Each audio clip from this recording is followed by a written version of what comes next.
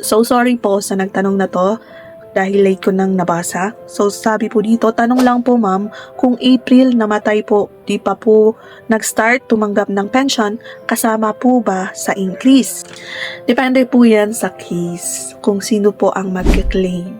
Kahit hindi pa po siya pensioner, nung namatay po siya, meron pong increase yan kung ang primary beneficiary po ang magka-claim ng kanyang death benefit. Ang pension increase po ay nag-start noong September 2025 pero dito po is included lang po siya sa increase noong June 2026 kung in-apply nyo na po yung death benefit ng namatay na member after niya pong namatay. Kung kayo po ay yung magtutuloy ng kanyang pension, meron po kayong 5% increase from the computed monthly pension po.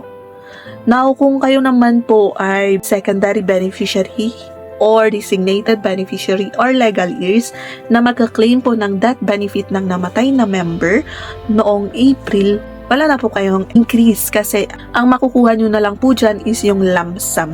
Yung 5 years na hindi niya po na-enjoy na pension niya. Kasi sabi naman po sa question is hindi pa po siya pensioner.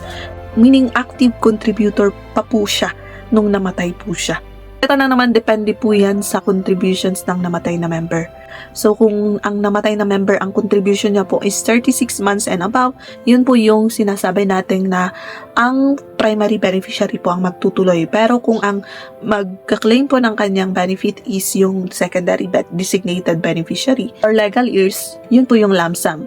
Pero kung 36 months and below po yung kanyang contribution at namatay na si member, active contributor pa lang po, meaning lump sum lang po talagang makukuha ng primary beneficiary. I hope klaro po tayo dito.